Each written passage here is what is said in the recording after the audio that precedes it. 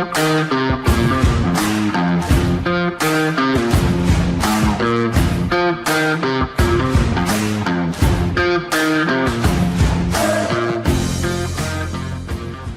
episode is brought to you by LightPoint, of which I'm the principal engineer.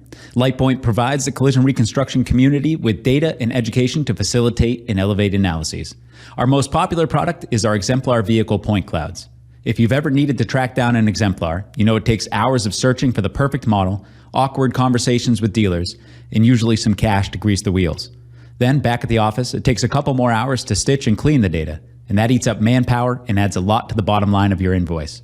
Save yourself the headache so you can spend more time on what really matters, the analysis. LightPoint has already measured most vehicles with a top-of-the-line scanner, like Leica's RTC 360, so no one in the community has to do it again. The exemplar point cloud is delivered in PTS format, includes the interior, and is fully cleaned and ready to drop into your favorite programs such as Cloud Compare, 3ds Max, Rhino, Virtual Crash, PC Crash, among others. Head over to lightpointdata.com/data-driven to check out the database and receive 15% off your first order. That's lightpointdata.com/data-driven. All right, my guest today is Rick Ruth. Rick is president of Ruth Consulting, which specializes in passenger vehicle event data recorders, EDRs, of which we'll be talking a lot about today, and restraint systems performance.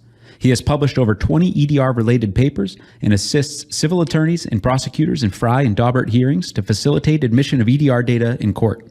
He teaches EDR imaging and data analysis to law enforcement and private reconstructionists via SAE and IPTM, and is a regular speaker at national and regional conferences. Rick is actively involved in EDR committees for SAE, ISO, and ASTM. Prior to consulting, Rick put 33 years under his belt as an engineer for Ford Motor Company, and since 2008, managed the engineers who perform field investigations of safety system performance in real-world crashes, including EDR imaging and analysis, and championed the release of Ford EDR data to the Bosch crash data retrieval system. He was a member of Ford's EDR policy committee, was Ford's representative to the SAE EDR standards committee, and helped shape Ford and Auto Alliance responses to the NHTSA on Part 563 EDR legislation. Mr. Ruth has a BS in electrical engineering from Michigan Technological University, an MBA from the University of Michigan, and is also a registered professional engineer. So that should give you an idea that Rick is the man to talk about this stuff with. So thanks so much for making the time to be here today. Happy to be here, Lou. Anything we can do for help our fellow reconstructionists out, you're well known for it as well. So let's get on with it. Yeah, that's what I was going to say. You have a reputation for being available, and I think everybody really appreciates that, especially with your unique background, your unique perspective. And part of that was your background at Ford. So I saw that you started there in 1973. I don't want to rub it in or anything, but this is 8 years before I was born. And then you were there to 2006. So when did EDRs even appear on the radar, and what did that evolution look like while you were at Ford? Sure. Well, if we really go back to the beginning, I was hired to do the airbag firing system in 1973. The technology wasn't ready yet. I would have a hard time falling asleep and wake up in the middle of the night fearing that people were going to die because my system wasn't going to work. There were mechanical systems, and in the old mechanical systems, there was contact bounce and other things that kept things from working properly. But when EDRs came in was when we went to electronic sensing systems. So GM started that in 94, and Ford said, I'm not so sure about this. Let's give it a few years. So we gave it till 97, and then we began with electronic sensing and began to put in, very small data recorders for just the acceleration data that was used to make the decision to fire the airbags. Now, we were a little bit jealous of GM because they put speed data into theirs, and they covered a longer time period. But we had an attorney, a vice president of privacy, and he said, if you don't need it to exactly understand how your system worked, you can't record it. We don't want to violate people's privacy. Well, the great news was we downsized that vice president in 2002. And then when the cat's away, the mice will play. So, we Ford engineers said, well, let's say, what should we do? And say, well, you don't have to reinvent everything. Well, what's GM doing? Okay. All right. Let's do something like that. but we'll have to change it just a little. Like, they record throttle angle. Like, nobody wants to record throttle. We want to know what the driver's doing. We'll record accelerator pedal position. So anyway, we made the Ford EDRs and say it came along, but we had a little bit of a slower start than our friends at General Motors did. Yeah. And so when was that first EDR, that most simplistic EDR that was capturing acceleration profiles? For Ford, 1997. For GM, 1994. Okay. Yeah, I think I had a 1994 Pontiac Grand Am, and I'm pretty sure that had an event data recorder on it. Fortunately, I never tested that out, even though I was 16. I somehow avoided crashing that vehicle. So now we're at a spot where 99% of the vehicles rolling off the assembly line have an EDR. Is that right? Yes.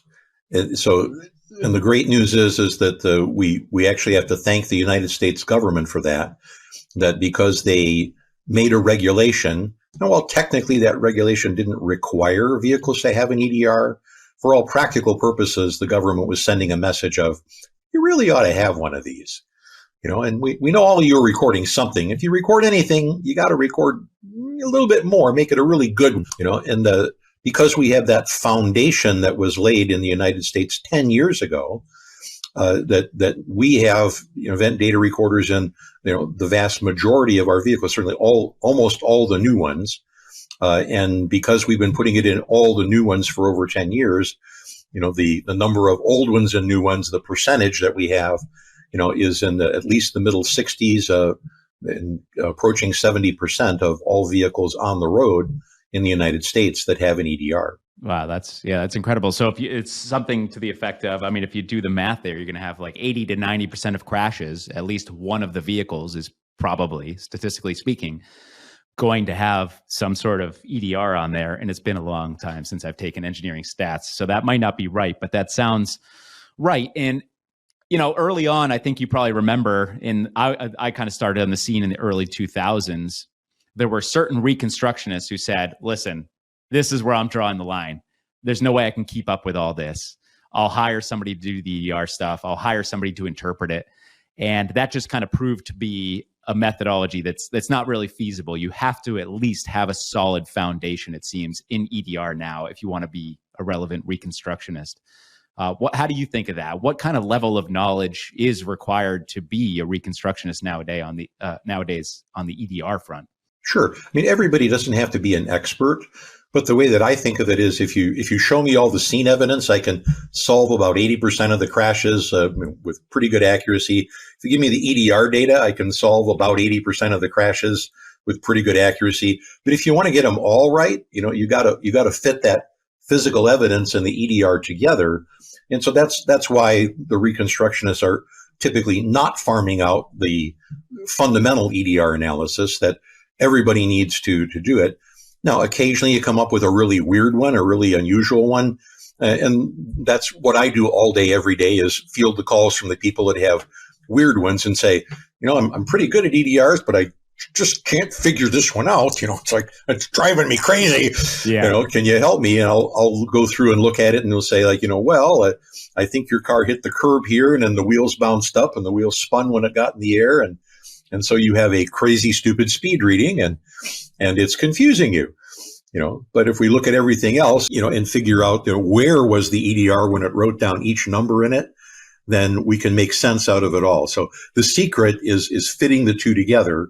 And so while it helps to have a specialist like me available for the weird ones, the typical reconstructionist basically has to be able to look at a report and get the fundamentals out of it and say, do the fundamentals match my scene evidence? Does it match the rest of my traditional reconstruction, my momentum, my crush, my time distance for the things that lay out there? So I think everybody's got to be this good at it, and a few of us have to be, that good at it. Yeah. And I always appreciate the fact that you're available for things like that. And, I've had several cases where the EDR data all makes sense, except for polarity seems to be reversed or something like that. And before I'm comfortable moving to deposition or trial, I just want to reach out to somebody who has their finger on the pulse of a lot of these anomalies and is continually in touch with the community. So like you said, we need people like that in the industry, and I'm glad you're there, and I appreciate your willingness to share. And just a quick note, Lou, that actually the United States government could be putting me out of business because of their wonderful crash investigation sampling system, which now has over 14,000 crashes in it, of which 8,000 have EDRs.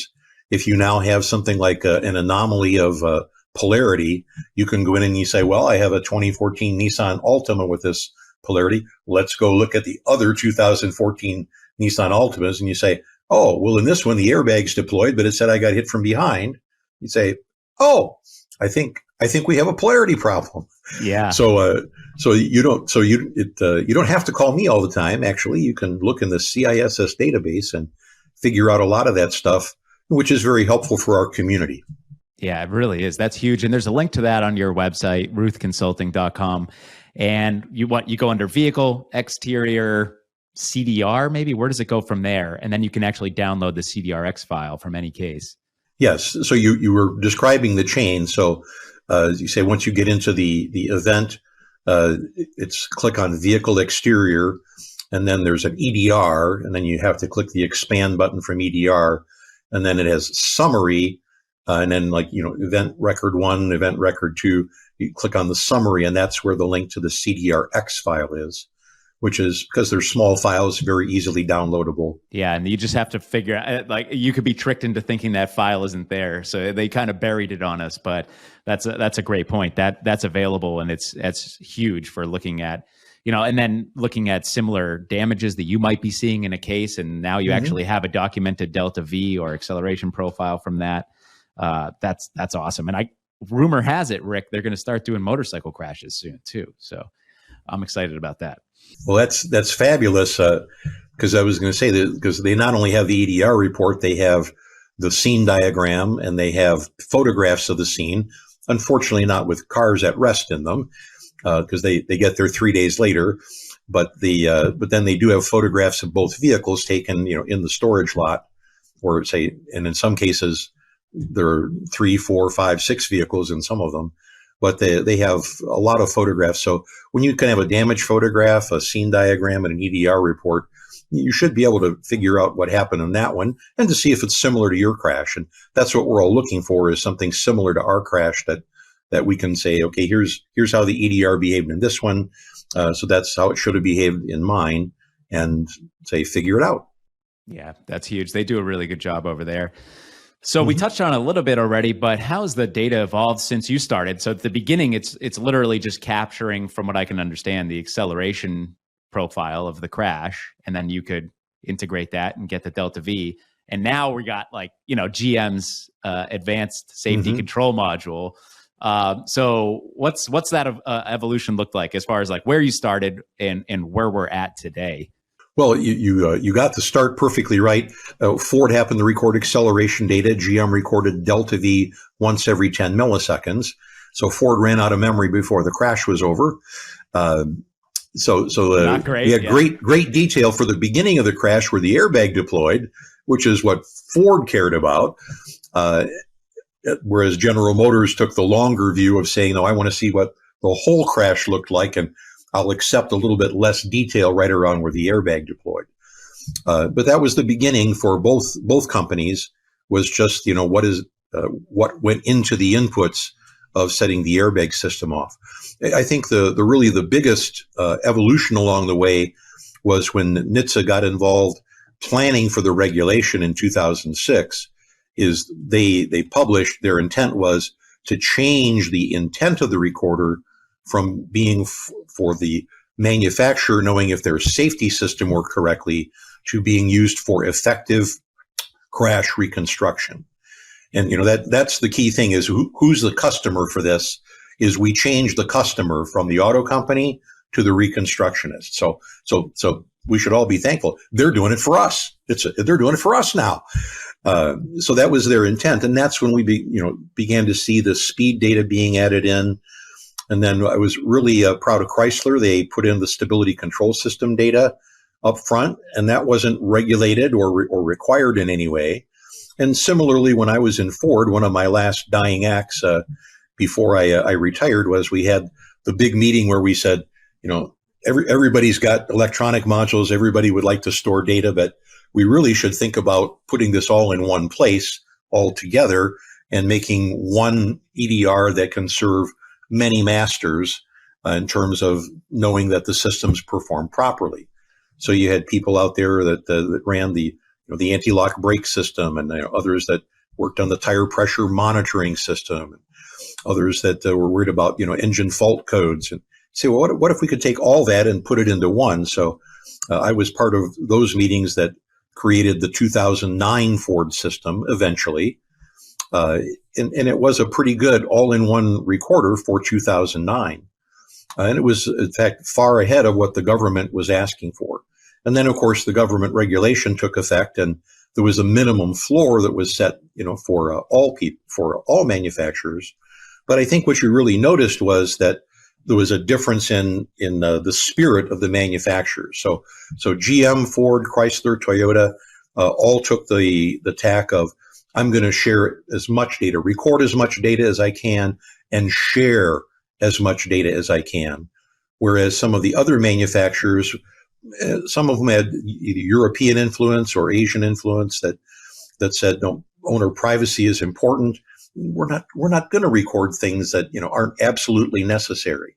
And so you saw the Mazdas and the Mercedes that did the bare minimum that was required by regulation, and did not say go beyond that to providing extra helpful data to crash reconstructionists. So they did what they had to do, but didn't go beyond that. So I think what you see is the big four, GM, Ford, Chrysler, Toyota in the United States anyway, have all taken the attitude that more data is good. And so along the way, you've seen some called major points where the amount of data has gone up. So certainly every generation of GM has included more data, and their most recent one, the SDM50 and the 2021 Corvette, is incredible in terms of what it has. And GM has added that advanced safety control module and the front camera module. So GM is clearly now, they started as the leaders. They got behind for a little while behind Ford and Chrysler. Now they're way back out front again in terms of the amount of data that's being provided.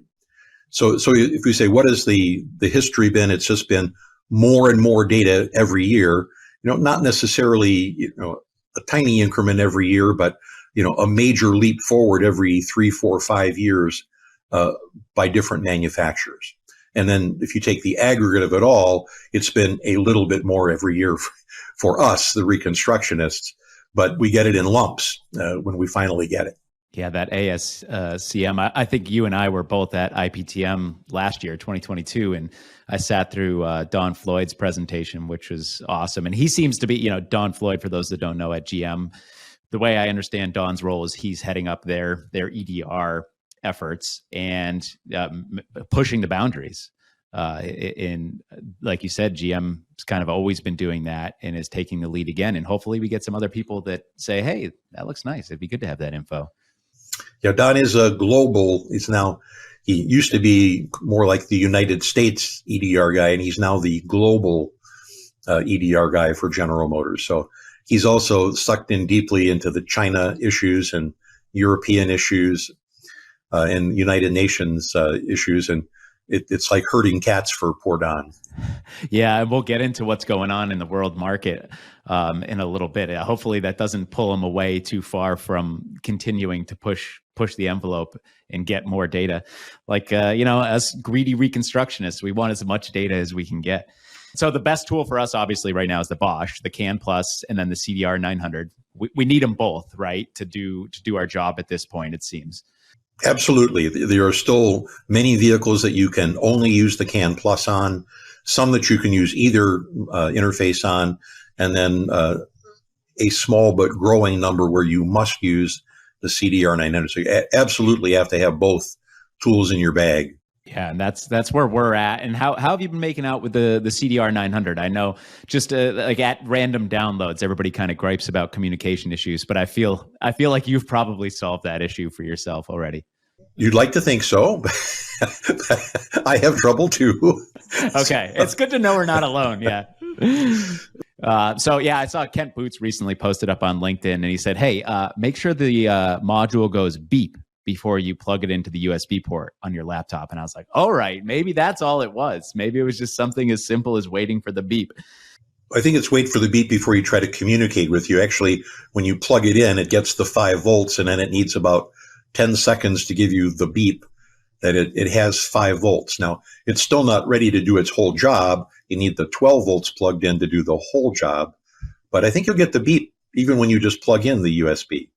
Yeah, the way that he was mentioning it for, like, let's say a normal DLC download is plug into the OBD2 port, you'll get the power, wait for the beep, and then apply the USB cable at that point. So hopefully that does it. I've gone ahead and put the USB in first, and it's been working for me lately. But yeah, in the early days, I do remember spending say three days at 8 hours a day with the Bosch helpline, and after about 24 hours of sitting on the end, they said, "By the way, is your VCI manager still open?" I said, "Yeah." He said, like, "Oh, well, it won't work if you do that." It was as simple as that. Like, it's like, could we have said that 24 hours ago? Yeah, exactly. And they're going through some big changes. You and I were talking about before we were recording. They've historically, the R&D, Bill Rose, they've been in Santa Barbara, and now they're spreading. They have global efforts now. They're spreading out their R&D center, and they're having problems with supplies and getting components. You try to go buy a CAN Plus unit right now. I don't think you can. So what's going on with Bosch as of recently? Well, I think you're seeing a transition from Bosch being focused on meeting the United States regulation and the needs of the U.S. of the manufacturers to meet the U.S. law, to now saying, wait a minute, we've got China with an EDR, we've got the European Union, that has a regulation that is now adopting the United Nations standard. So clearly, this is going to be a global, operation, and so we shouldn't be focused only on the U.S.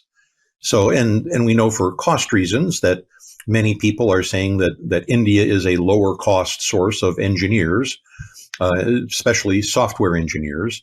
And so while I hadn't heard an announcement of it, but by speaking with people in the industry, I've become aware that they have basically downsized the United States staff, except for the program manager, Bill Rose, and they've gone and sent most of the development and the testing to India.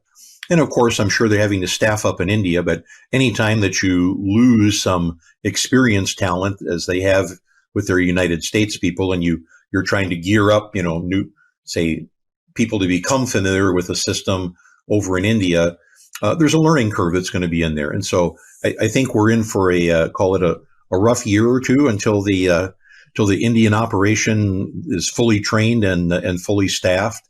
Now, those are just my thoughts. I'm not speaking anything from Bosch internal. I haven't heard any complaints from Bill Rose, but I suspect that he's probably pulling his hair out a little bit nowadays from my own experience with trying to use the Indian culture to do things that they are not yet familiar with.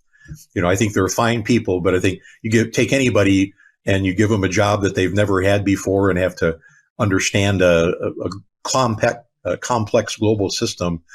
I think there's going to be a learning curve involved there. And I think we're going to see some bumps along the way from Bosch until that staff has more time to learn and implement EDRs. They have so much to deal with. I mean, they're taking feedback from us in the field, using the tool and saying, "Hey, we had this weird issue that we've never had before. Can you create a patch?" To interacting with the manufacturers, which of course you're intimately familiar with, and implementing any changes they're making or integrating new models like the new Corvette. I mean, goodness gracious, that's a lot to deal with. And then, like you said, you just put a new group of people together on it, and it does sound challenging. So hopefully the growing pains don't affect things too much, and they smooth on through it. And then supplies, like you were saying, can't go get any cable you want right now. So if I find out next week I have to go download a brand new Corvette and I'm expecting to go direct to module, the odds of me being able to buy that cable, who knows? Maybe I can, maybe I can't. So to have relationships with other people in the community like you could ring them up and say, hey, do you have that? I'd love to rent it from you.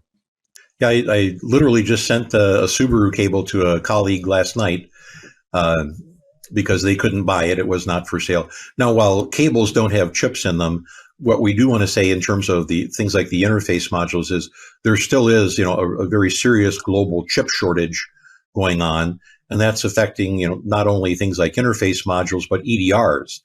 The EDRs themselves, GM, I'm sure, would love to have their new STM50 and many of their models, but can't get the chips.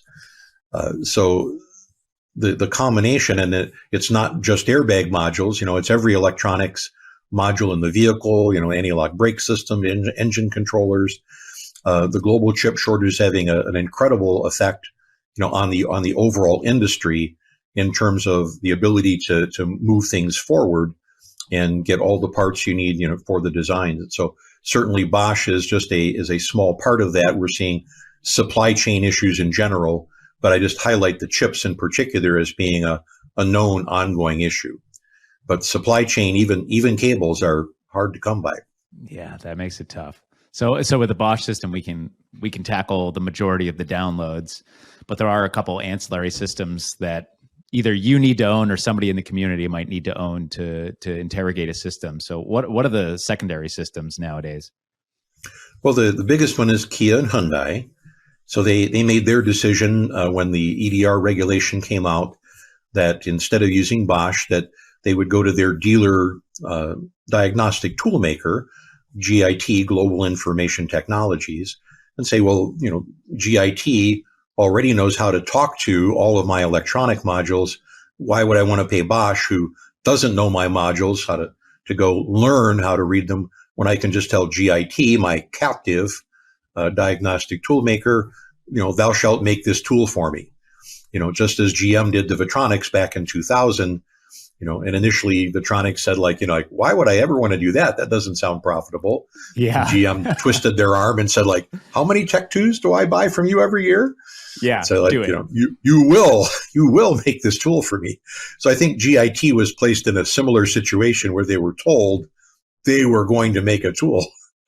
So it was unusual that Kia and Hyundai, while they are, say, tied together back in Korea, that in the United States, I believe due to some, say, little known antitrust issue, that somehow they weren't allowed to talk to each other in the United States, that Kia and Hyundai headquarters are 5 miles apart from each other out in Irvine on the 405, the 405, one of those. It's 5 probably, yeah. Okay, but they're not allowed to talk to each other. Of it. That's very impressive. That's a SoCal thing to put the in front of the 5. You're clearly a cultured and a well-traveled man. Didn't know that. But technically there's this wall between them. So you buy this Kia tool, or you buy a Hyundai tool. Anyway, they ended up making 2 tools, whereas the interface module functions identically. So the only difference is they put blue plastic on the Hyundai ones and red plastic on the Kia ones. And other than that, they are, functionally identical. So we didn't really, so when I say we didn't need to buy both tools, they made it so you had to buy both tools because you could only update the software, load and update the software for the one you bought the tool for and had the license for. So I just went and bought both licenses and put both softwares on my laptop. Yeah, that's smart. I think it's $9,000 right now from the Crash Data Group to get both of those. The price that I don't know, and maybe you do, is how much is that annual upkeep on the GIT stuff? It's $695 per brand per year currently. So for the 2 of them, $1,290, which is pretty close to what Bosch is for the CDR system. Bosch is $1,250 last I looked. Yeah, it's a hard pill to swallow when it's just doing Kia and Hyundai and Bosch does everything. It would be great if they go the path of Subaru and eventually get over to Bosch, but I don't think that's on the horizon. I don't think it's going to happen. Okay. So we talked a little bit about Part 563 and how the federal government said, hey, if you are recording stuff, this is how you have to do it at the bare minimum. Then last summer, they came out with this notice of proposed rulemaking, and they said, all right, you got 5 seconds now of pre-impact data at 2 hertz, 2 samples a second. We want you to do 20 seconds of pre-impact data at 10 hertz. And so that was the biggest part of the rulemaking that I saw. And apparently that I learned last night from you that was shot down, huh?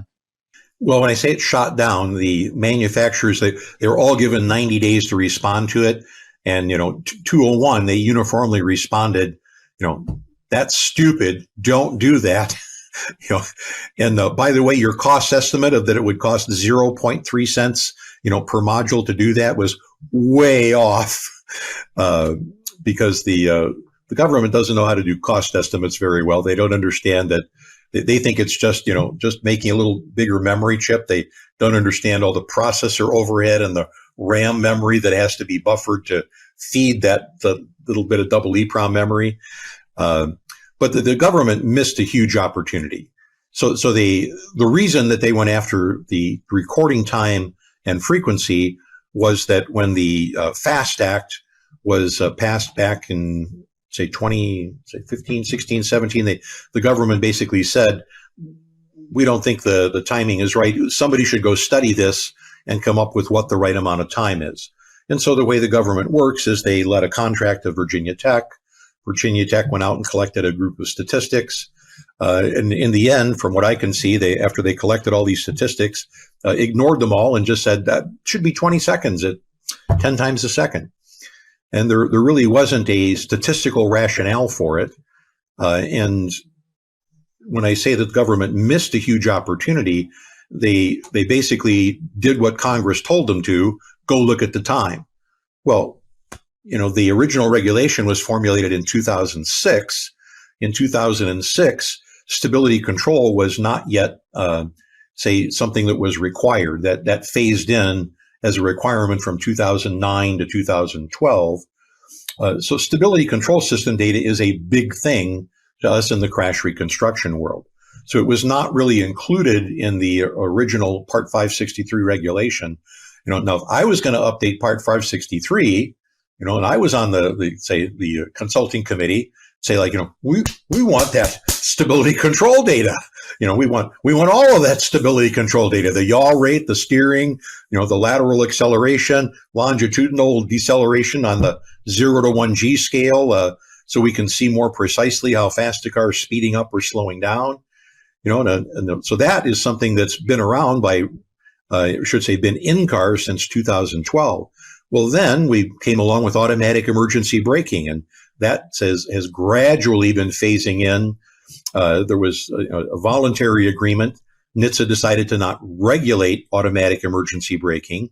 They decided to make it a voluntary commitment by the industry. So at the earliest time when they asked for commitments, it was for generally, how about by 2022? And so you see a lot of that. Now, not everybody has made the 2022, but the industry's pretty well along. But again, along with automatic emergency braking came additional data. More specifically, is the car braking for you or not? Is there a target in sight? How far away is that target? At what point does it become a threat that needs to be responded to? And then did we warn the driver that there was a threat? And then did the driver respond to whether or not there was a threat? And if the driver didn't respond, did we overrule the driver and decide we were going to stop the car anyway? And how hard and how fast? That sounds very valuable. That's something I would like to know. I think we'd all like to know that. Now, General Motors has been kind enough to share that with us. Toyota has shared a little bit. Honda has shared, are we warning, are we braking, in their EDR. But basically there's a ton of data. And we say, so that the government made this new NPRM, Notice of Proposed Rulemaking. And what do they focus on? Time. It's like there was so much more. And I think if you read the industry responses to the proposed regulation, industry themselves were saying hey, you're missing the boat here. You don't get it. Time is not the problem. Say the problem is, we've got all this extra data and, some of us are sharing it voluntarily, but, if you want to advance the state of the art, you've got to go from voluntarily to, if you have it, you got to write it down. And that's been the way that many of the other regulations around the world have been written.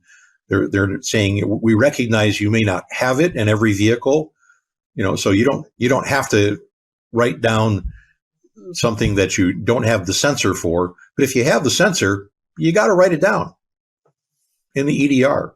And it helps, not only obviously would it help us as reconstructionists, but if we're trying to evaluate how effective these autonomous systems are, then we need some way of judging them. And if we don't know if they braked or not, then how are we evaluating their efficacy? It's tough. Yeah, no, I think, say, we may be skipping ahead just a little bit there, that when you say, how would we know, we don't have a data collection system set up just yet to collect. Of course, if the collision avoidance system is successful and avoids the crash, no harm, no foul. There's no one goes to look at the data that says, good job, we avoided that crash. So the only data we typically get to see is the ones where it has failed, and the car did actually crash. Then we go look at the data, and then we get to see, when was the warning issued, when was the driver response, when was the automatic response. But basically, I don't want to characterize it too harshly. I don't want to say it was a system failure, because many of the systems, as we are developing and evolving automatic, say, emergency braking systems, we've evolved from just looking for a car that's moving on the road straight ahead of us, to looking for a stopped car on the road ahead of us, to looking for cars intruding from, the sides, to cars coming in intersections, to pedestrians walking, say, across the road sideways, to pedestrians walking along the road frontways, to pedestrians along side streets of streets we're crossing. And then there's the in bright light, in dim light, in darkness. So we have a huge evolution that's taking place. So when I say, when there's a crash, there's a failure of the system, I don't actually mean a true failure in the sense that it didn't do what it was designed to do. But if we say, you take a 2016 crash avoidance system, it was designed to do this much, to look for cars straight ahead. And, you look at a 2022, 2023 system, and they're looking at a much wider set of variables. So there were many collisions that weren't designed to be avoided, in 2016, 17, 18, 19, that are now being designed to be avoided. But you say, so what are the ones we studied? We studied the ones where the system did not yet avoid that collision, and that has helped us to make systems which can avoid that collision, in the future. Yeah, that's huge. And Tesla's doing things like fleet learning, where they're sending a bunch of data to the mothership and processing it with machine learning and trying to figure out how to make sure that doesn't happen again. And I'm sure other manufacturers are doing something similar, whether or not that's their methodology. They're not necessarily sending it to the cloud, but they're analyzing the data. They're analyzing the crashes. I have to suspect some manufacturers are going to that CISS system and pulling the data and looking at how their system performed. And when they do, so when we go look at the data, you touched on it a bit already, but who does give us data in the CDR report with respect to ADAS function? Who doesn't? And then when they don't, are we getting it places like vehicle control history or Tesla's vehicle data report? How does that look? Where do we get ADAS performance data, and who gives it to us? Great question, and I should have had a list made for you, but I don't. So we, of course, know General Motors is giving us the advanced safety control module, so they're the forefront of giving us data.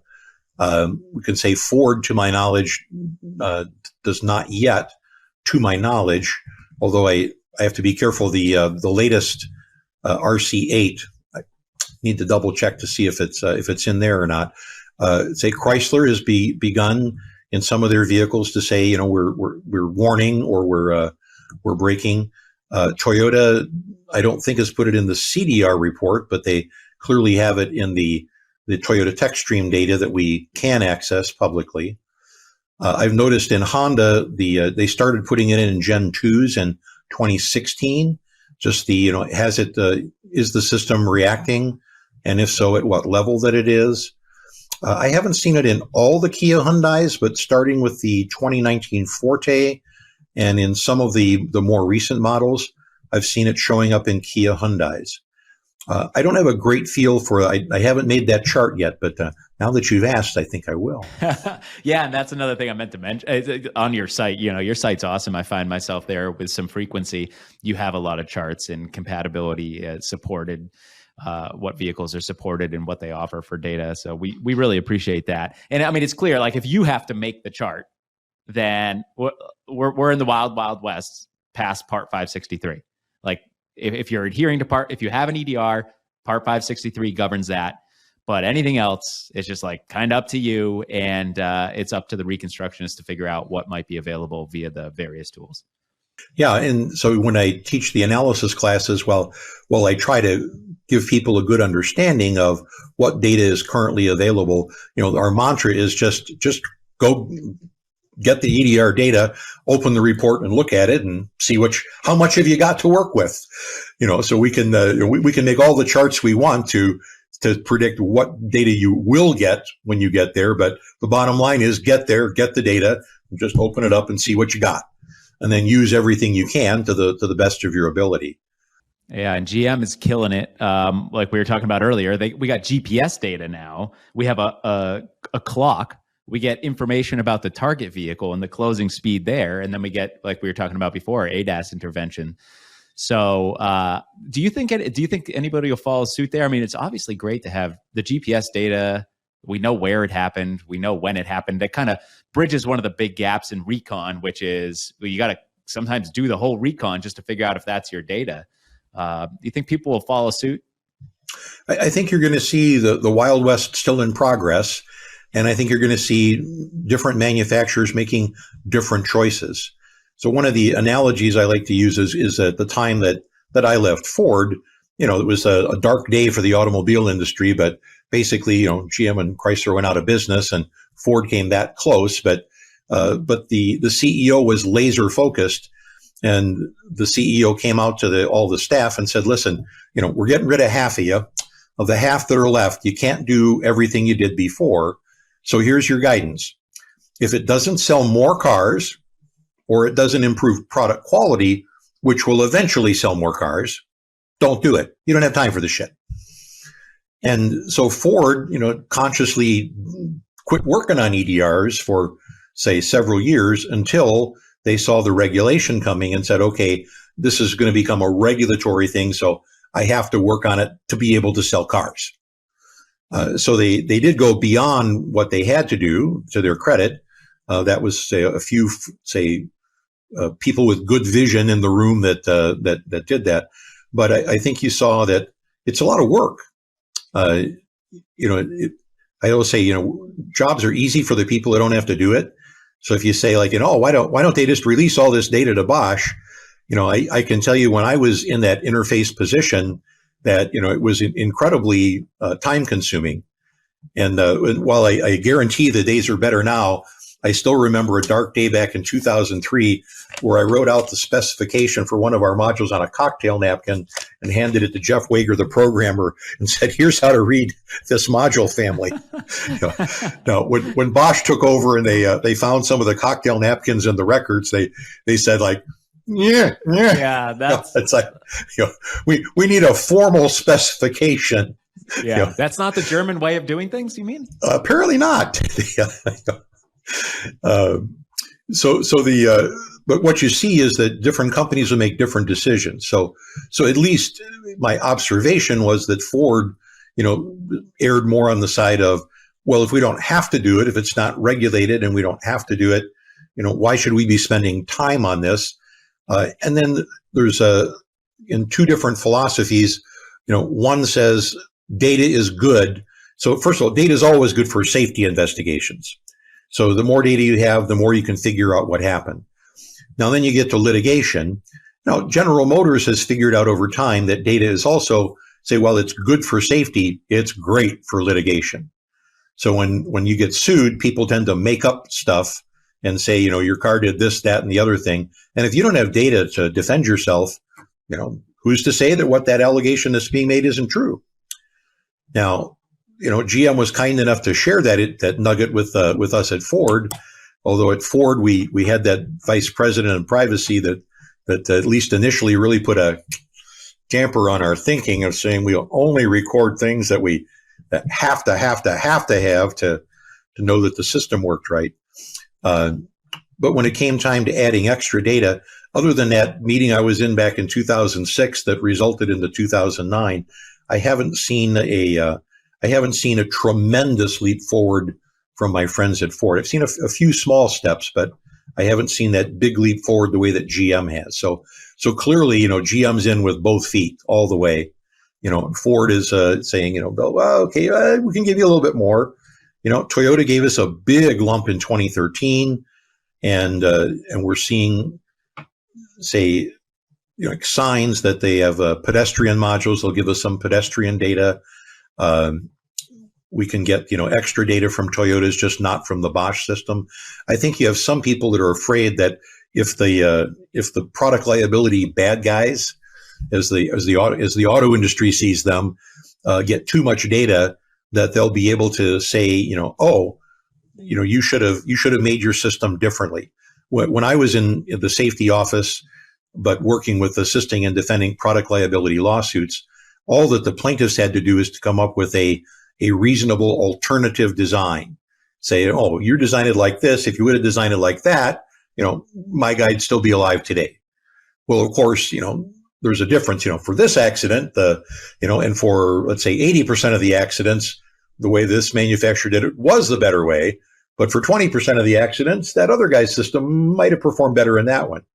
So if you give people too much information, then it makes it easier for them to be able to say,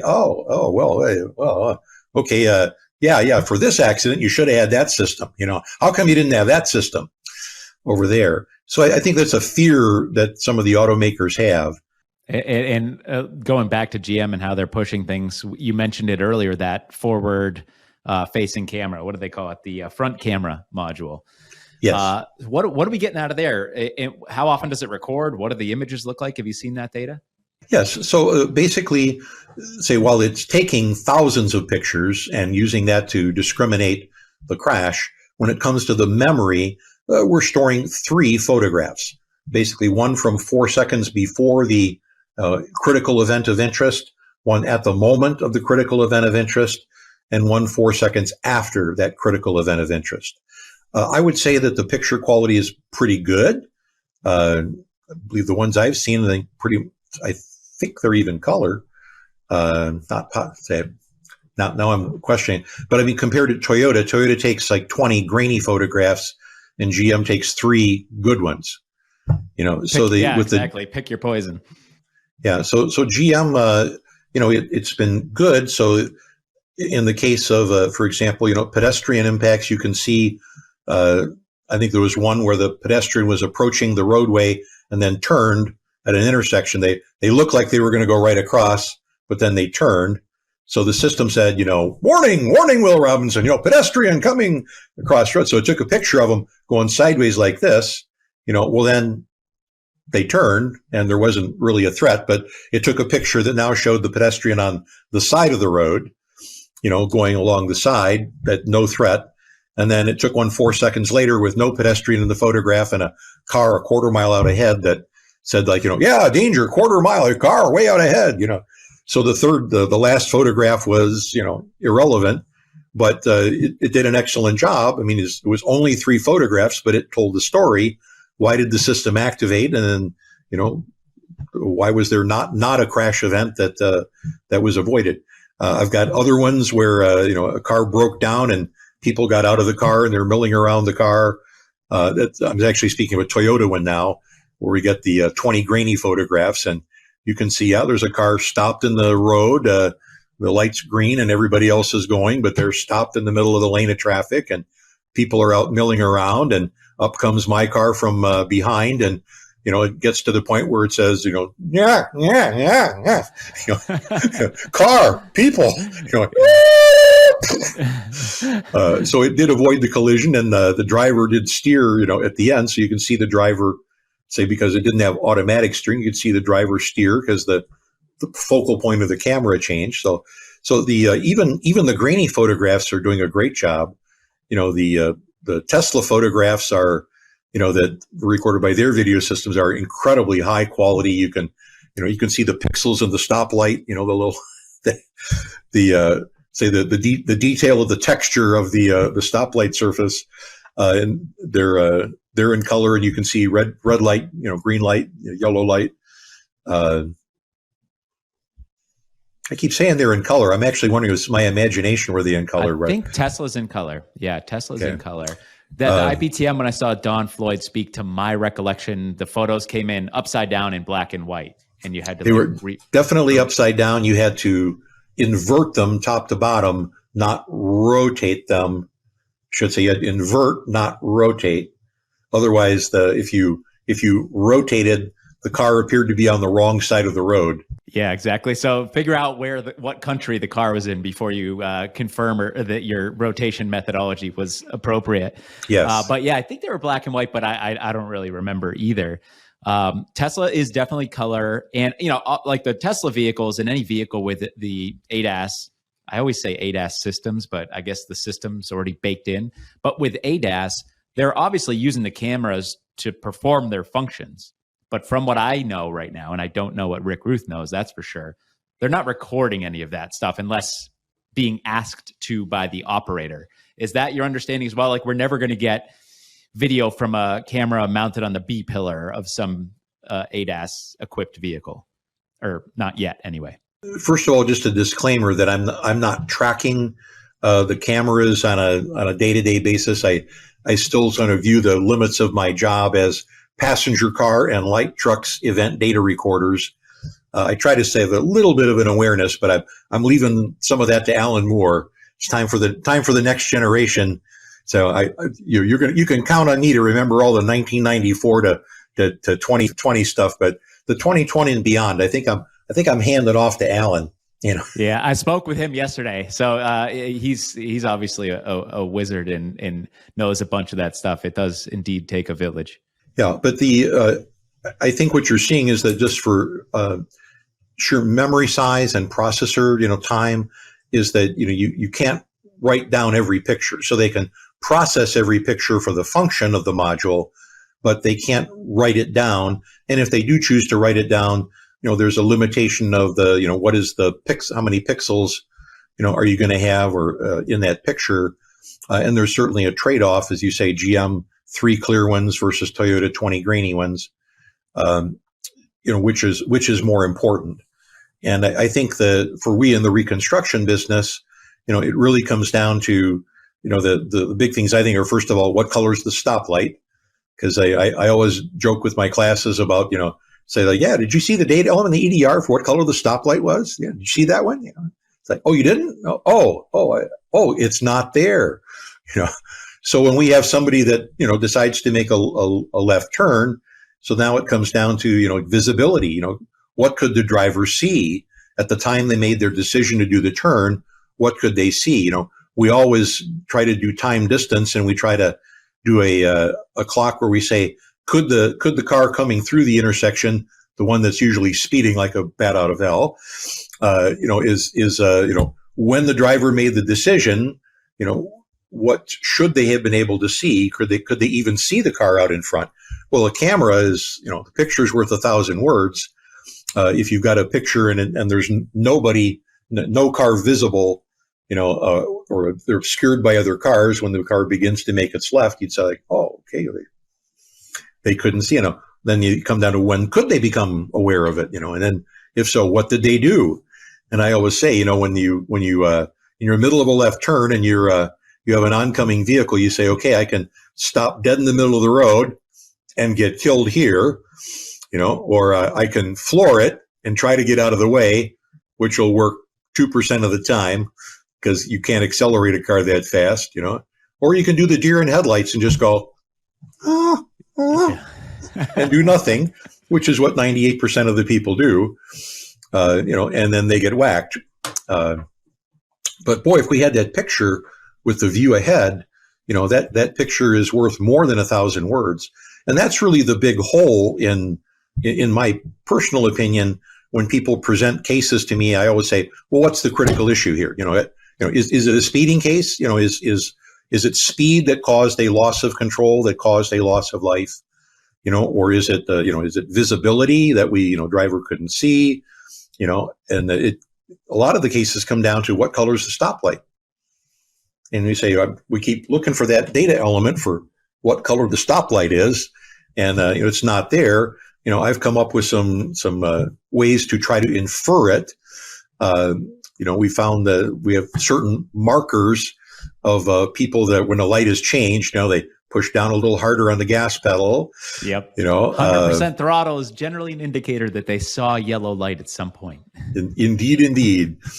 But we really want what color is the stoplight. And I see the camera as the, until we get into interconnected vehicles, and I think they're still 10, 20 years out yet, where we have, a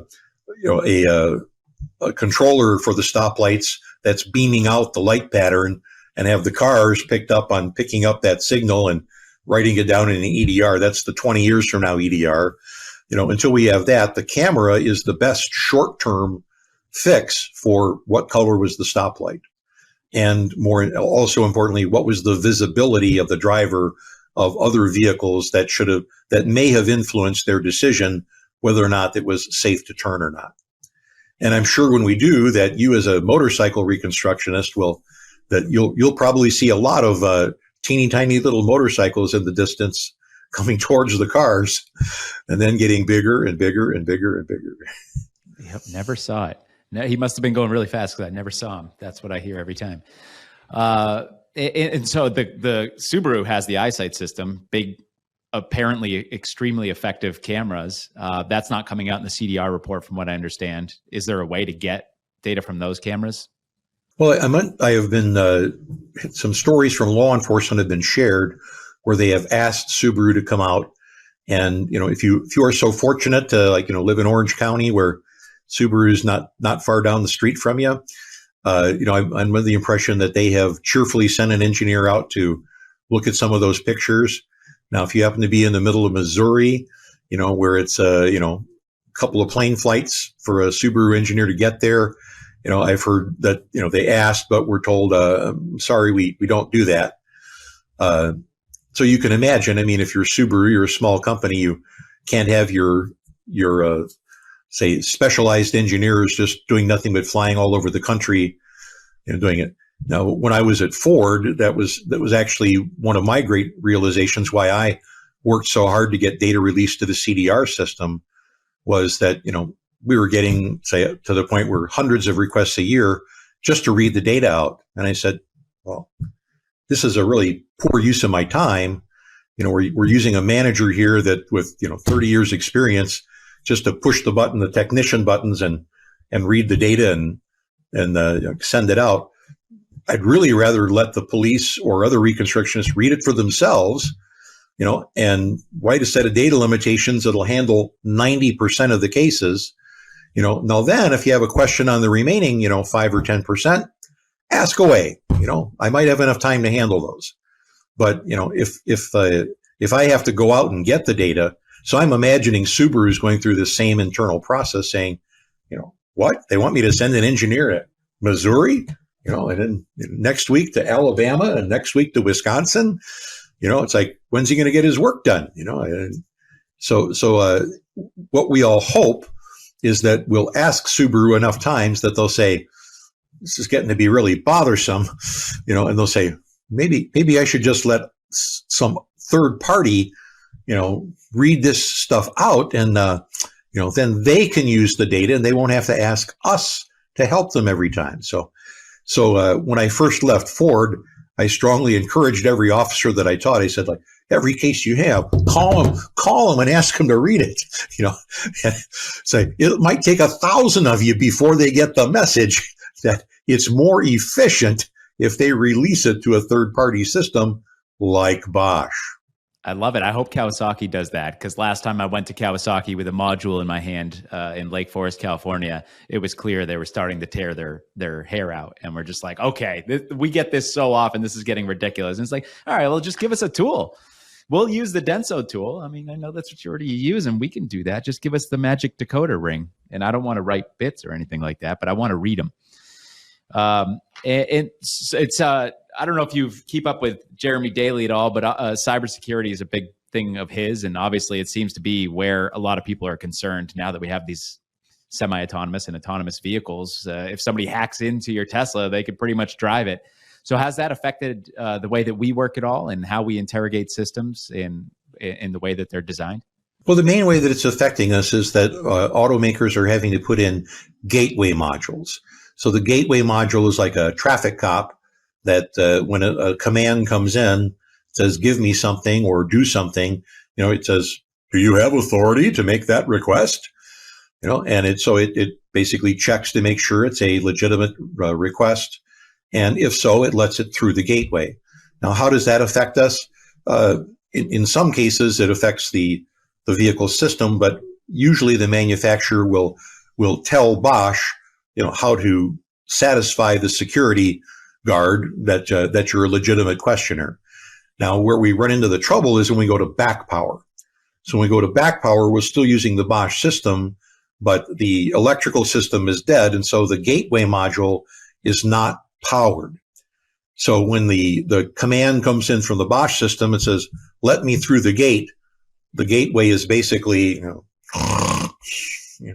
asleep at the switch, so we can't wake the guard up to let us through. So what it means is that in addition to back powering the airbag module fuse, we have to figure out, is there a gateway module? If so, what fuse is it on? And back power the gateway module fuse, or just give up and go find the module and take the module out or plug directly into the module. But it has made back powering more difficult, and it has changed the names of the fuses we have to look for. So an example in Ford, Ford makes a lot of police cars. So when we were at the Illinois conference, we had, half the police cars in the lot were Ford Explorers. So we started popping hoods up and trying to read them and seeing what we could find out. And the fuse had evolved from airbag fuse to extended power module fuse. That meant that they kept the airbag module alive for a few seconds, so they didn't have the GM key turn off problem, where the key would turn itself off and then the airbag wouldn't work in a crash. So first, the first step was just keep the airbag fuse on, but through now a switch. So they didn't call it the airbag fuse anymore. It was the extended power control module. Well, then they put a gateway in. So then we had to find the smart data link connector fuse, and back power the smart data link connector fuse. But then there were two of those. So then we had to start guessing which one and do each one sequentially. And we figured out that one of them powered the DLC. Good. We needed that one anyway. And then the other one powered the security gateway module that we go. So anyway, it took it from just, look at the fuse box cover and look for airbag to creeps. We need to pull the frickin' diagrams for the vehicle, and a lot of those black boxes, when I should say in the wiring diagram, they don't show you the guts of the module. So you'll just see a wire going in and a wire coming out. And, it doesn't tell you what that wire did in the middle, but in some cases that was the gateway module, and the magic was it decided whether or not to let you through. Yeah, as if back powering wasn't stressful enough already. But I do appreciate not having my car hacked and driven off of a bridge. So I guess I'll take the gateway module. Not that my car is sophisticated enough to be hacked at this point, my 2018 Toyota Tundra. But speaking of the sophisticated cars, what do we know? And this might be a question better for Alan, but do we know like Polestar, Rivian, Lucid, are they going to play ball on any level? Are we going to get data from those guys? Great question that I don't know the answer to yet. So I was down at IIHS and pulling modules from cars for research purposes, and they had several Rivians down there. And I said, do I harvest this module or not? It'll take me about an hour to get it out from the smashed up vehicle. Well, I'll come back if we ever get to read them. So what it meant is that, I wouldn't doubt that that Rivian is thinking about it, because in Rivian, while EDRs are not required in the United States, they can get away with selling them here should they decide to enter worldwide markets, 2024 in China, you've got to have an EDR at a second higher level. And if you're going to sell in Europe, they're going to honor the United Nations proposal that's going to require some type of an EDR. So if you want to sell in worldwide markets, you're going to have one. So the real question for Rex is people have to think globally now, not just locally. So Rivian is fine for today in the United States, but is Rivian intending to go global? I don't really know yet. The Rivians that I saw were monstrous SUVs. So I don't know if they have a real big market in Southeast Asia, but I could say, boy, have they got the United States market pinned down here. Yeah, they definitely do. That's me and my family. I have 3 kids, so we're looking for the biggest SUV we can get. And so, yeah, that's it. Just I talked with Mark Crouch last week. He's a reconstructionist who specializes in some video stuff, and he's in the London area. And man, we were talking about the frustrations of those vehicles being equipped with EDRs, but he's not allowed to interrogate them. It sounds like that's changing.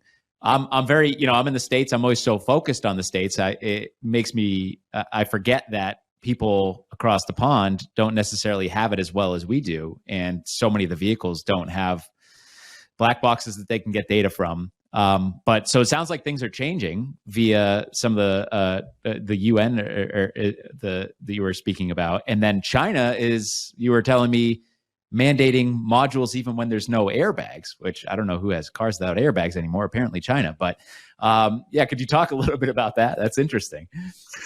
Well, China, and a lot of this information comes through Don Floyd, because I was particularly curious to know his experience, because he's, as their global EDR chairman, has had to be on the front lines of satisfying it. And he said that China entered into the EDR world with basically a flawed premise. Their premise was, we're going to do this once and for all. We're going to make, one size fits all EDR. We're going to tell everybody, exactly what to write down, what memory address to write it in, how many bits and bytes it was going to take up, what the resolution was. It was going to be, we're going to make everybody do it exactly the same way, so we can make one tool. And, the one tool will just say, dump it, and it'll tell you everything in it. But they did it at a point in time. So by making a one size fits all, never changes, they didn't allow for any future expansion, or addition of any other future data elements. And they did it in a way that basically they didn't want to pay Bosch. I think they were going to buy 100,000 of these things and give one to every intersection traffic officer they had. And the officer was allegedly going to just plug into every car after a crash and say, you're at fault. You're not, and you are. Now, you and I know from the work that we do here that it takes a lot longer than that most times, that it's not always immediately apparent, even if you have the EDR report in front of you, on site, that you say, like, well, this is so somebody turned left in front of somebody that was going a little bit over the speed limit, but when they turned left, what could they see? Should they have, allowed more time for their left turn? Or is it all the fault of the person coming through the other way? Who has the right of way? Not so easy. But China just assumed that, it's going to be immediately obvious to 100,000 officers that have not had any training. That's what we were all afraid of in the early 2000s. We're like, oh, they got EDR data. They don't need recons anymore. But like you said, that was clearly not the case. That is not how it works. Yeah. And because China was so restrictive about how they did it, saying it must be done exactly this way, they basically boxed themselves out of using a United Nations, global proposal where it could be part of a worldwide solution. So the China one is going to say, from what the current take on the market is that they will have their own EDR, and it's like General Motors, they'll have the General Motors EDR in it too, and the China EDR. They're going to have to make a special just for China, EDR, and it's kind of like wasted money in the sense that the GM doesn't even know if they can trust that the China EDR, because who is going to make the tool? And what the GM will not have a contractual relationship with the tool maker, for example, potentially. Whereas if Bosch screws up, GM calls Bosch in and says hey, it's like you say, I'm counting on you to meet my regulatory requirements. You screwed up. I'm a big part of your business. It's like, fix it. Whereas in China, if something goes wrong, you say, what does General Motors say? It's like, so the polarity's wrong on your, GM car. I'm terribly sorry. It's like, who made that tool? Yeah. Yeah, that's tough. So, technically China can say, well, we told you it had to all be the same, but there's going to be some missteps there. The big question is, you got most of it. I think you handled China perfectly. My next thought is what's going on in England. Are they going to finally get some additional support and be able to open up that market and download a bunch more cars? Well, the answer is eventually. So I actually just had a good conversation in part of preparing for this with a police officer in Rotterdam, the Netherlands, who's one of my partners in Europe. The UDARTS group does training. They took off from the training that I started, and they actually deliver it in every imaginable European language you can think of over there. But I said, hey, you just got the regulation, and before this you had Toyotas, you had Volkswagens 2018 and later, you had Volvos, you had a few of the Fiats from the Fiat Chrysler group, but your regulation said everybody has to have an EDR if it's a newly designed car. And he said, yeah, guess what? Nobody made a newly designed car, so we got no EDRs in the first wave of the European regulation. He said, no, that's, going to change. So, another year and a half down the road, we're going to get the next phase of the regulation kicking in, where old designs, have to be fitted with EDRs, and then we should get some more of them. But he said, right now, we're still not getting a lot of them. So, for example, a Ford in Europe, if you put the European VIN in, it says, I don't support European, Fords. Say, well, what if I tell you you're an American car, And he said it'll go and it'll get some bits out, but it might not have a U.S. software ID. So it might catch, hiccup on the software ID and say, well, I'm not supposed to read that one. He said, but he said some of them, I'll see them come back and we'll get like a few bits. So I know they're talking.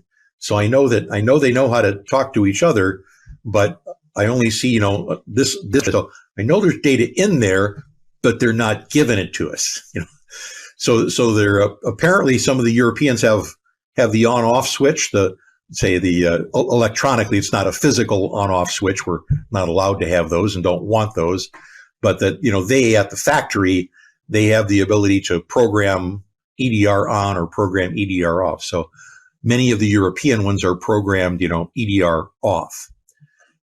Mercedes, I believe he was citing, was a similar situation. They could communicate. They suspect there's data in there, but they can't get it out with the Bosch system yet. Now, BMW had a little bit more luck with. Yeah, and it sounds like what if I'm reading between the lines, it's like 5 to 10 years or so. They should start to see a lot more compatibility. Yeah, it's like we've had our regulation for 10 years, and now we live in a fabulous world where the vast majority of our vehicles have at least some kind of an EDR that we can read. Many with the Bosch tool, with the Bosch and the Kia tool, we can say we're up to, say, not just 99% of the new ones, but probably getting pretty close to 75, 80% of the cars on the road. It's primarily cars, before 2012 that weren't General Motors, weren't Ford, and say Chrysler goes back to like 06. But we've got the big four pretty much covered. So if we say what's not covered in the United States, it's not the big four and before 2013. We got a lot. We got a nice buffet to choose from. Like you said, it's rare. You get you get a crash now where neither vehicle has EDR on it, and then you kind of feel like you're flying blind. It's like a middle-aged a dark-aged reconstruction. And I feel bad for our European brethren who are still dealing with that, especially on challenging cases where they just a quick download would tell them so much. I just say they've made their bed and now they have to sleep in it. They're very privacy conscious, and they didn't want to say invade the privacy of the driver, so they haven't. Now it's the debate whether in the United States we talk about what is the public interest and what is the private interest. So we've struck a balance that we think is reasonable for the United States. In Europe, they struck the balance a little differently, than we struck it, but now they've changed their mind. So for many years, the balance was on privacy for them, and now the balance is swinging the other way in terms of data that's in the public interest. I got to get a bumper sticker that says pro data, something like that, One thing that's interesting is the way the Europeans have dealt with the privacy issue is that they've said that they want to make sure that whatever tool is used does not download the VIN, because the VIN can be traced via databases back to the driver. They want the record to be, independent. Say somebody drove that car, but we have no idea who and can't find out who. We can only tell you there was a crash, and they want to not have GPS data to identify the location, and they don't want to have time, to say exactly when it occurred, because all those things could be used to go look up and say, well, who was driving that car that crashed on, March the 11th at 3:42 in the afternoon at this intersection. That you could use that information to get back to the driver. So they wanted to decouple, de-identify it. Now, but as they try to do the balance, they say, but wait a minute, we also want to be able to study cars by group and say, do people die more in small cars than large cars? Of course they do. Say, do people die more in, Corvettes than they do in Priuses? Of course they do, because of the way the driver behaves, but they're struggling with how do I write down what kind of a car it is for research purposes, but I don't have the VIN.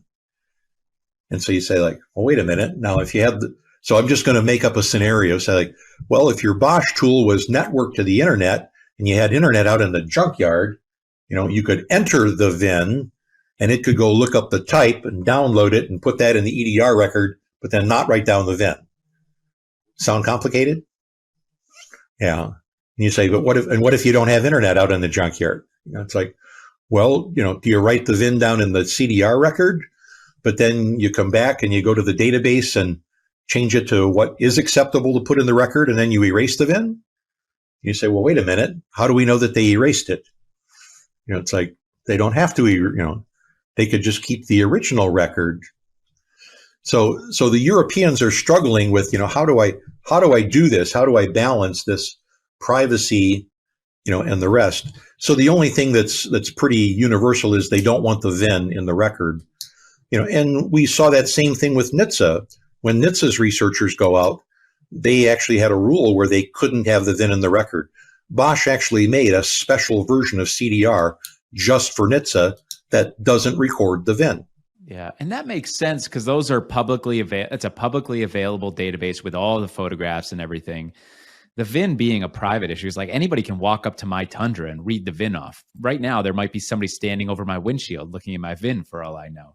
And what do I care? A, and then B, it seems somewhat hypocritical that they have all these speed cameras on the highways that are capturing vehicles speeding and whoever's in the driver's seat. Yet you're not going to let us get the VIN for research purposes to try to reduce how many people are dying in fatal crashes every year when it's such a big issue. That just seems very short-sighted and silly. But what do I know? I'm just a reconstructionist who specializes in motorcycle crashes. I wanted to switch gears a little bit, go through this is my speed round, Rick. It's not as fast as probably your average guy's speed round because you and I seem to like the chat. But I was kind of, obviously one of the big points of my presentation coming up is the future. So I wanted to pick your brain a little bit and see if we could use your crystal ball. And I think somebody who started in 1973 and is still going at it 50 years later, is that 50 years? Yeah. Probably is in a good position to say, well, this is how I've seen it evolve and this is where I see it might go. And you might be able to shut down some of these questions and say, that's never going to happen. And one of those questions is, are we ever going to get, do you ever think we'll get video as part of a download, videos of a crash? We're getting photos right now, but it sounds like there are some big technological challenges associated with processing and storing video as part of an EDR report, say. Yeah, it's I don't see it, in the next 5 years, just because of memory and size limitations. But heck, electronics are getting better every year. They're not just getting, better, cheaper, and more importantly, in smaller spaces, because actually the physical room to put these things into airbag modules, they ran out of room some time ago, and they have to rely on technology improvements to scrunch the box up a little bit to make room for anything else, in particular capacitors to keep it running, to take things out of temporary memories and put them into double EEPROM or flash memories after the crash is over. You got to keep the module running for a while, and that data transfer takes time. So can I see it in the future? I can see it, but at the moment it's so far out that it's kind of hazy and on the horizon. So these are pure guesses on my part, but I'd say, and I would say people that say something can't be done are constantly being interrupted by people saying, well, this guy's already doing it, or this country's already doing it. Yeah. But I don't see it happening for at least 5 years and maybe 10 years until we can develop the capability to be able to store that, and to make the case that it's in the public interest to have true video.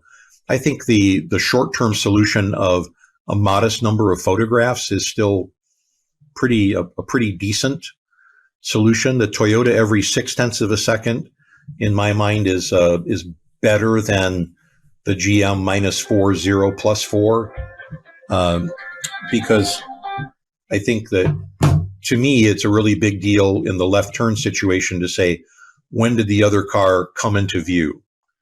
And with a picture every 0.6 of a second, you've got a shot at that. Yeah, and you got to placate the privacy attorneys as well. So the odds of getting, say, video of the cabin seems highly unlikely, and maybe they'll even balk at video of the outside world at the time, because you might catch a pedestrian who's robbing a bank on the corner, and that's not cool. You can't do that. You're violating the criminal's privacy. And what about post-crash data? Like the big rigs, we're getting 10 seconds of post-crash data or whatever it is. Actually, I'm going to talk to the Delta V guys later this week. But you think there's any chance we'll get post-crash data, like past collision pulse? The short-term issue is power loss and having to keep the module running with capacitors. We don't say all those capacitors you see on the boards today keep the module alive for 0.15 seconds. And if you want to keep running for 5 seconds, that's actually like 30 times more capacitor. So then another question is, where do you put that capacitor? It doesn't fit, in there. So I don't see it happening a lot. Now I've seen several EDRs not covered by CDR that tried to do that.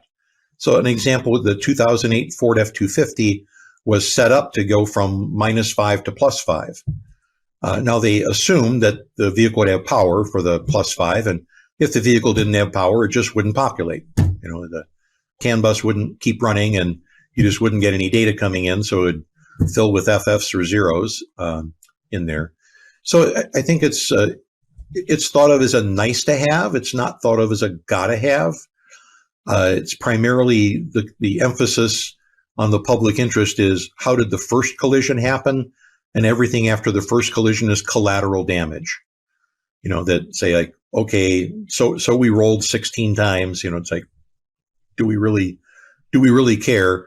I mean, there might be a few liability attorneys that care and say, you should have, your inflatable curtain should have stayed up for another 5 seconds, so my guy could go 125 and roll his car.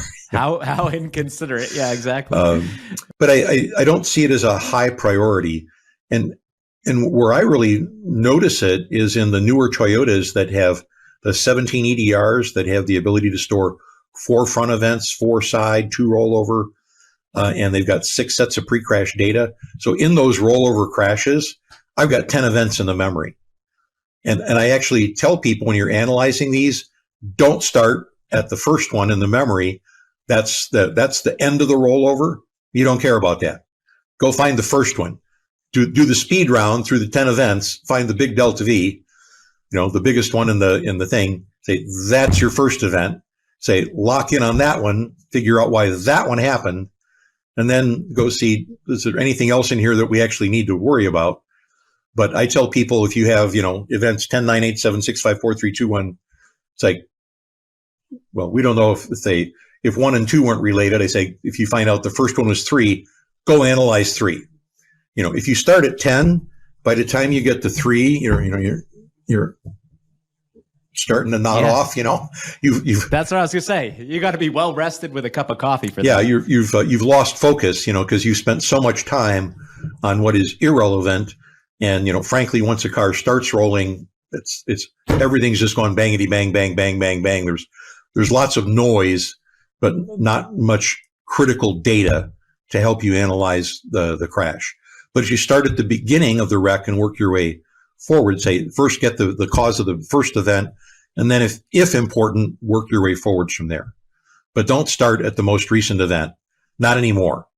That's the old bad way to do it. That's interesting. And that brings up actually the next question that I was thinking about, which I reached out to a couple friends who I trust and have been in the business for a very long time. And I said, hey, I got a chance to pick Rick Ruth's brain tomorrow. What do you want to talk about? And the perpetual fear, and I think it's been in existence for 25 years, is, more advanced EDRs are going to eradicate the need for us pesky recons. But as you're talking about, a file like that, the more advanced the data, it seems the more advanced the recon has to be, not the opposite. But what's your take on video and ADAS and advanced EDR systems? Is that ever going to put us on the sideline where we got to go start flipping burgers at In-N-Out? No, it's going to come out just the way it's come out for the last, say, 15, 20 years, that it's more data that's going to take you more time to analyze. It's going to increase your billable hours, and you're going to have a momentum. Say, just as when we had momentum analysis and then EDR, we had to say, well, now we have to say, do they agree? And if they didn't agree, spend time on fitting them together to figure out, what was wrong with the EDR or what was wrong with the momentum. Did we get the drag factor wrong? Did the tires leave the roadway? Were we in a yaw? You had more things you had to think about. It was more billable hours. And the other thing we're going to see is that the data is going to become overwhelming to the layman. So, even some of the more recent Chrysler reports and some of the more recent Toyotas have auxiliary sensors in them, data from the side satellite sensors and the front auxiliary sensors. Well, we don't use that data in reconstruction, but it's more pages in the report. I'm now dealing with, 70, 80, 90, 100 page EDR reports. And out of all that, it still comes down to probably, 3 pages that make or break, my analysis of that file. But I've got to sort through 97 pages just to come out with the, what's important for my reconstruction. So I think the skill that the reconstructionist will need is to more quickly sort through the chaff, discard the chaff, and get the wheat from it. Now, in the case of the videos, once you find the video and you find, the $1 million shot, the one that we all, yearn for in our inspections, the $1 million photograph that shows this defect or shows that, bolt that was loose or that part, it's the same way in the video. You're going to be looking for the $1 million shot in the video. And if you find it, great, more power to you. That's going to help prove the case. But I don't see it ever putting us out of business. I see it's going to require more sophisticated, say, reconstructionists that are able to comprehend what they are looking at.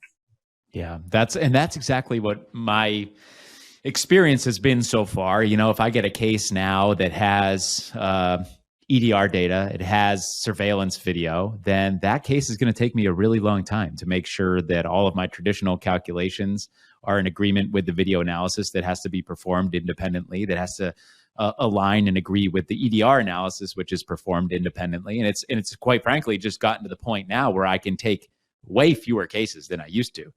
The analyses are just more in depth, more complicated. So I just have to throttle back how many cases I subject myself to. And that's been a learning process because I'm still probably taking too many cases. Well, it's what I think you're seeing is that putting all the data together is the challenge for the modern reconstructionist.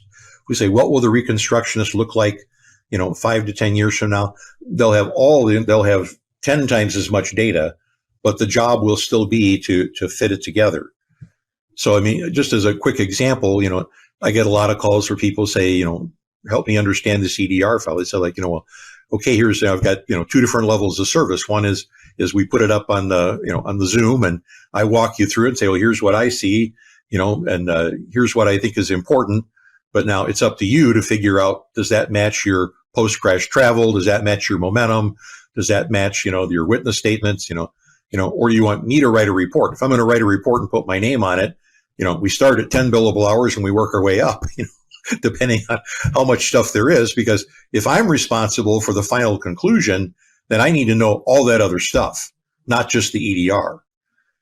So I offer, say, the 1 or 2 hour consult, which for most reconstructionists is what they need because they don't have the specialty analysis that I do.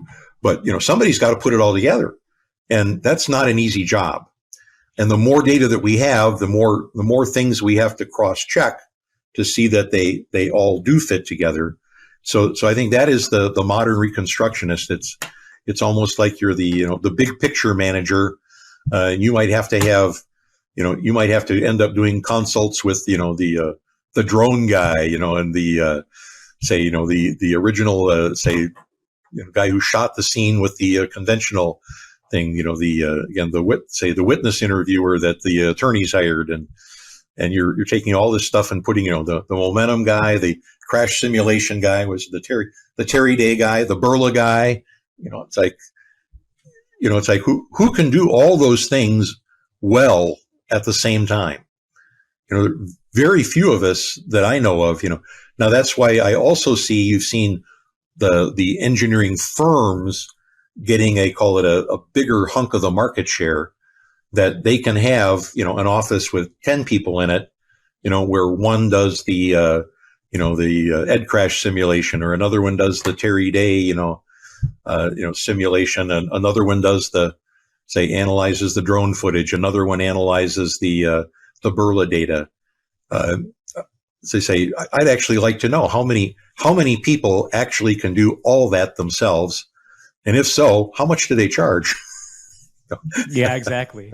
Yeah, for their overall invoice is going to be huge, and if they have the talent to be able to accomplish all that, their bill rate is probably pretty high. And I mean, you just hit perfectly on a theme that has come up throughout all these podcasts. And I think my first podcast was with Jeff Mutart, and that was his big takeaway is like, hey man, at the beginning of my career, I could do the whole recon. It's just not feasible anymore. There's too many parts that come into play. Obviously, he's not doing recon at all anymore. He's just doing human factors, which speaks to that same concept itself. But yeah, you're going to need it's going to be a multidisciplinary effort, or you're going to have to take one case a year and try to attack every single angle of it yourself. I love it. Is there any chance of this came from Jared Carter, one of my good friends and a great reconstructionist out of Washington? And he was saying, is there any chance that this ever gets standardized as far as what's recorded, how it's pulled from the vehicle, and how it is reported? Is there any chance? I know you're involved with the ISO and ASTM and SAE. Okay, the tiny little chance. So you're saying there's a chance, but it's just very small. Well, so first of all, I mean, we do have the United Nations. They have no power or authority, but they have made an effort. They've come up with the UN 160. Call it EDR proposal, to say, here's what we recommend. So if you're Jamaica, for example, I teach in Jamaica, and I have a good personal relationship with them, and they say, how do we get all this data here in Jamaica? And I say, well, you need a regulation. The problem is you're Jamaica. If you make a Jamaican regulation all by yourself, the big companies are going to say, like, who do you think you are? Yeah. Telling us what to do just for your country? So if we say, what is the power The United Nations has the power of the pulpit to say, listen, if anybody needs an EDR regulation, here is a model regulation we recommend that you adopt. Now, what we've always run into is that you always run into somebody who says, well, that's fine, but I need something special. That's not going to work for me. I need my own. And that's China. Okay. So China said, wait a minute, this stupid regulation doesn't capture rickshaw crashes. It's like, you can't have an EDR that doesn't capture rickshaw crashes. It's like, this 5 mile an hour delta V is stupid, So you're going to have people that do that. And then you've got the privacy interests and the, public interest people fighting it out. So you've got the Europeans that are saying no VIN, and you've got the United States people that say, well, the VIN is the whole way we set the tool up, to key off the VIN to know how to read the data in the car. So how do I read the data in the car if I don't know what, the VIN is, or something to tell me what I'm reading? So at the moment, I still see, so besides the US, China, Europe, there are minorly different regulations in Korea, Japan. In Korea, if you don't read the EDR out when somebody asks you to, corporate executives can be sent to jail. It's an interesting nuance to the regulation. That sounds intense. So you'll still see, call it vested interests in different countries. And I think what you really see is that regulations, unfortunately, are largely made by bureaucrats. And I don't mean to pick on, I live in Washington, D.C. now, so I'm beginning to gradually understand the mentality. But bureaucrats think they're intended to regulate something, and they have in their mind what's important, and they don't always ask the people that are involved in the industry. Now when I was at Ford, I was offered up to go to NHTSA and explain EDRs to them and everything, but at the time that I did that, my impression was all they cared about was that they had the cost justify and say that this thing was free. And so that I got 5,000 questions on, the cost of each little byte and bit in the thing, because they wanted to say it didn't cost anything. And I was trying to say, here's, you need this data to understand crashes. And they said, don't bother me with that stuff. I'm a regulator. I need to write a regulation, and the regulation has to be cost effective. So let's grill you on cost for another hour here. And sounds like the GM tried to help China to go down the right path of here's the data that you need. But China said, no, I got my mind made up. I want this one size fits all EDR. And I want it to be to not have to pay Bosch. I want to be able to have a Chinese company do something, and I want it to be a no-brainer. You just take this data element from here and interpret it that way, and that data element from there and interpret it that way. So if you say, are we ever going to get the whole globe together? I'd like to use and fall back on my Ford experience. Back in 1981, Ford went to make I forget if it was a Fiesta or an Escort, but a small car. And we swore we were going to have it the same between the US and Europe, because that was the way that was going to save money, if we could have a common platform between the two. So we started down that road. Everything was common. Along the way, every little provincial engineer in their own little chimney would say, the way those guys did it, we need just a little different, over here, we don't have that, we don't make any of those nuts over there. We need this nut over here. When we got all done, say there's something like 15,000 parts in a car, there was one bolt that was left common. Okay, so it's a really small chance. So, the only way it works is if you have a power figure at the top. So at Ford, when Alan Mulally came in, and he said, what kind of problems have you guys had? We said, we should really all have global platforms, but we can't seem to make it happen. He said, well, why not?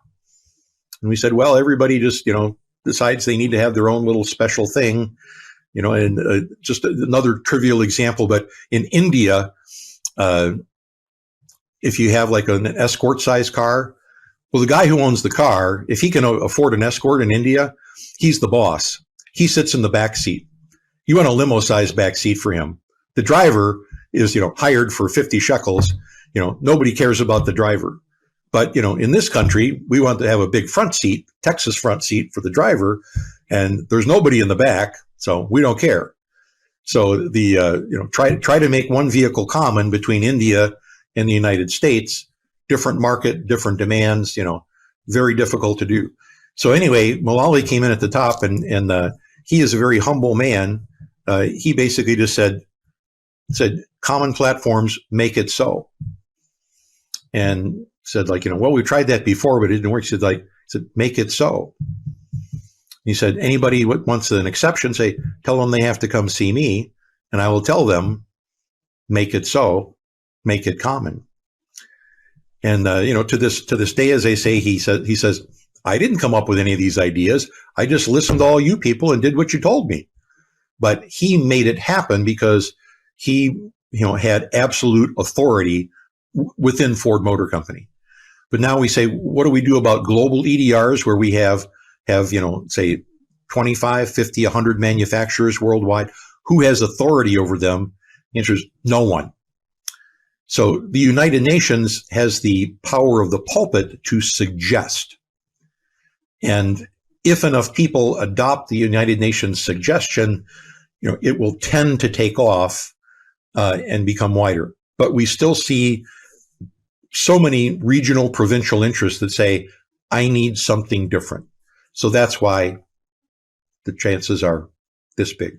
We might be left with, instead of one bolt that is common, we'll be left with one bit that is common, and everything else will be different. We'll have speed data and delta V. Yeah. And so, I mean, like you were saying before, with the Wild Wild West, that was your term that you used before we started recording, and then I might have stolen it during this conversation. You did. But I'm admitting it now. If anybody's still listening, they'll get the truth at this point. So ultimately, it's up to the reconstructionist to have their finger on the pulse, to know what the right tool is for the job, to know what data they might get from X, Y, or Z. And that's a big undertaking. So ultimately, we're all going to have to learn how to stay educated, how to keep our finger on the pulse, and how to adapt. Do you have any recommendations for us, the best way to stay in tune with what's going on? Well, I mean, frankly, it's go to your regional and national conferences where people appraise you of what's new, what do you need to be thinking about this year, what's new on the table. So I've just used the example in EDRs. It's the Andy Rich and Bob Skurlock paper on adjusting for the EDR location. It's like for 20 years that I was in the business, we just said, EDR, it's sort of on the center of gravity, almost, kind of, sort of, pretty close. And for the frontal and front angle crashes, it was close enough. But there was that occasional crash that was on the front bumper or the back bumper that was a T-bone fashion where you say, whoa, it makes a big difference there. And, when I started in EDR, I used to say, there's no crash that I can't explain. I was a little pompous.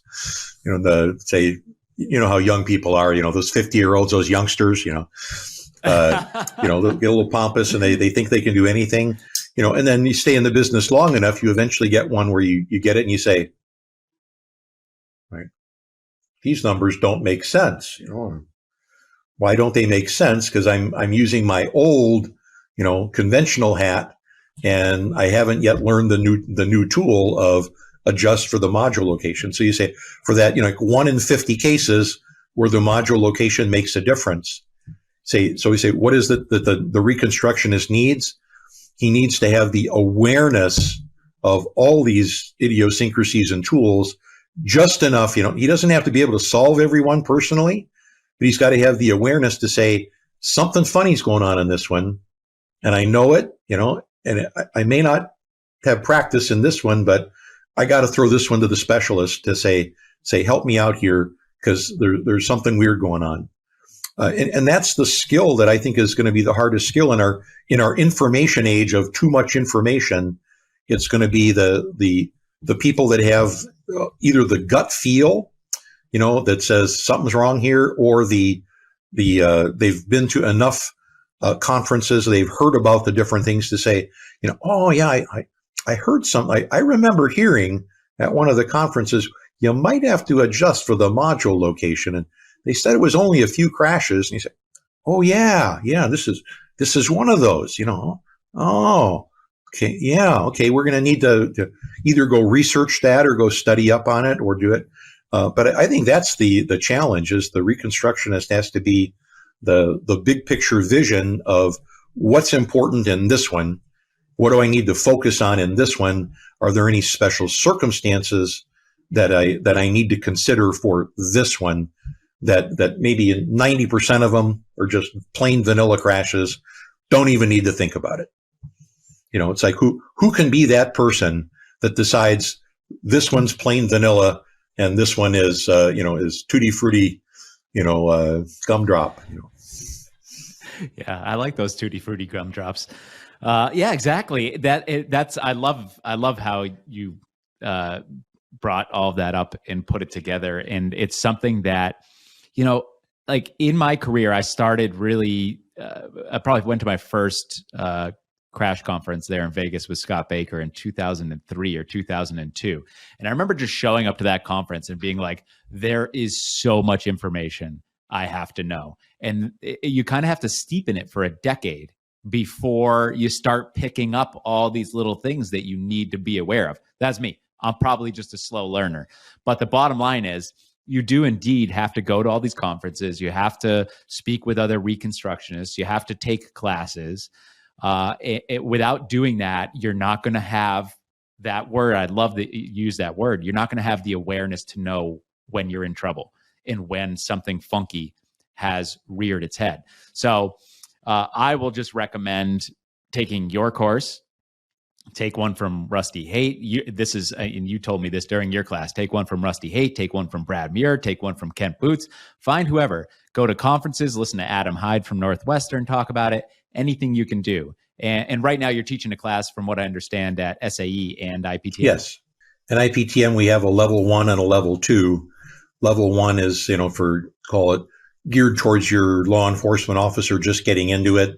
And level 2 is for your state cop that's been in it for 5 or 10 years, but has run across those weird ones that where they need the specialty stuff, but they don't have any. They can't go hire somebody. They have to do it themselves. Yeah, exactly. So level 2 is that's one of the big challenges is the poor law enforcement officers. They might not have the opportunity to accumulate this multidisciplinary team like us private guys might have the luxury of doing. But sorry, I cut you off. No, it's okay. I was just going to say that, the level 2 is typically triangular velocity vector method. It's offset collisions. It's ground forces. It's now the adjusting for the airbag module location.